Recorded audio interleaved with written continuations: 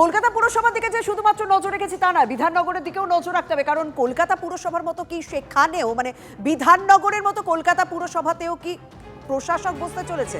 মমতার খামখেয়ালিপনায় কলকাতা পুরসভাও কি তাহলে হাতছাড়া তৃণমূল কংগ্রেসের? মমতার সিদ্ধান্তে দলের আতান্তরে তৃণমূল কাউন্সিলররা। বিস্তারিত জানাবেন প্রতিনিধি প্রদীপ্ত সঙ্গে রয়েছে। প্রদীপ্ত, ঠিক কোন জায়গায় দাঁড়িয়ে রয়েছে এই মুহূর্তে কলকাতা পুরসভা এই প্রশাসক বসানোর ব্যাপারটা?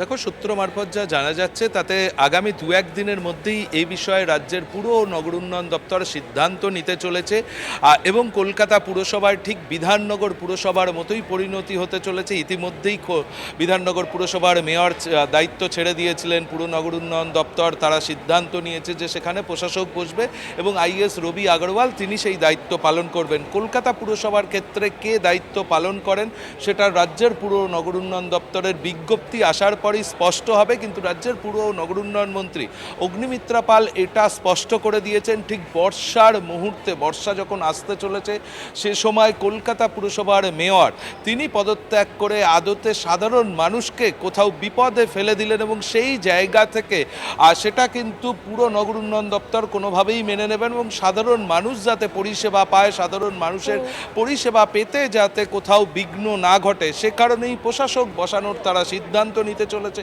বলেই আমরা সূত্র মারফত জানতে পারছি এবং যে সম্ভাবনা 2-1 দিনের মধ্যেই স্পষ্ট হয়ে যাবে। একই সঙ্গে যেটা জানা যাচ্ছে কলকাতা পুরসভার যিনি কমিশনার রয়েছেন স্মিতা পান্ডে তিনি আগামীকাল পুরো নগর উন্নয়ন দপ্তরকে কলকাতা পুরসভার এই মুহূর্তে কি অবস্থা রয়েছে সেটা জানিয়ে চিঠি দেবেন এবং সেই চিঠিতে কিন্তু তিনিও স্পষ্ট করতে চলেছেন বলেই আমরা জানতে পারছি যে প্রশাসক বসতে পারে সেই ইঙ্গিত স্পষ্ট, অর্থাৎ বিধাননগর পুরসভার পর কলকাতা পুরসভাতেও প্রশাসক বসতে চলেছে এবং কলকাতা পুরসভার কাউন্সিলরদের আর কোনো ক্ষমতা থাকবে না। প্রশাসন। অনেক ধন্যবাদ প্রদীপ্ত। তৃণমূল কংগ্রেস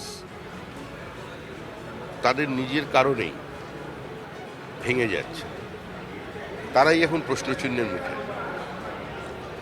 যারা এখানে ডিজে বাজাবেন বলেছিলেন তারা দিল্লিতে গিয়ে বাঁশি বাজাচ্ছেন, আর তার সুরও করুন। দিগ্ভ্রান্ত আশাহত হয়ে কেউ যদি দিল্লির এ প্রান্তে ও প্রান্তে ঘোরাফেরা করে, তাদের সঙ্গে যদি দেখা হয় তাহলে হাই হ্যালো তো হবেই।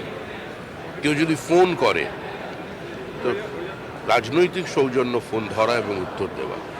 বাড়ির কাছে যদি কারোর সঙ্গে দেখা হয়ে যায় তাকে বাড়িতে নিয়ে এসে চা খাওয়ানো, এটাই তো আমাদের সভ্যতা সংস্কৃতি, কিন্তু দরজা বন্ধ।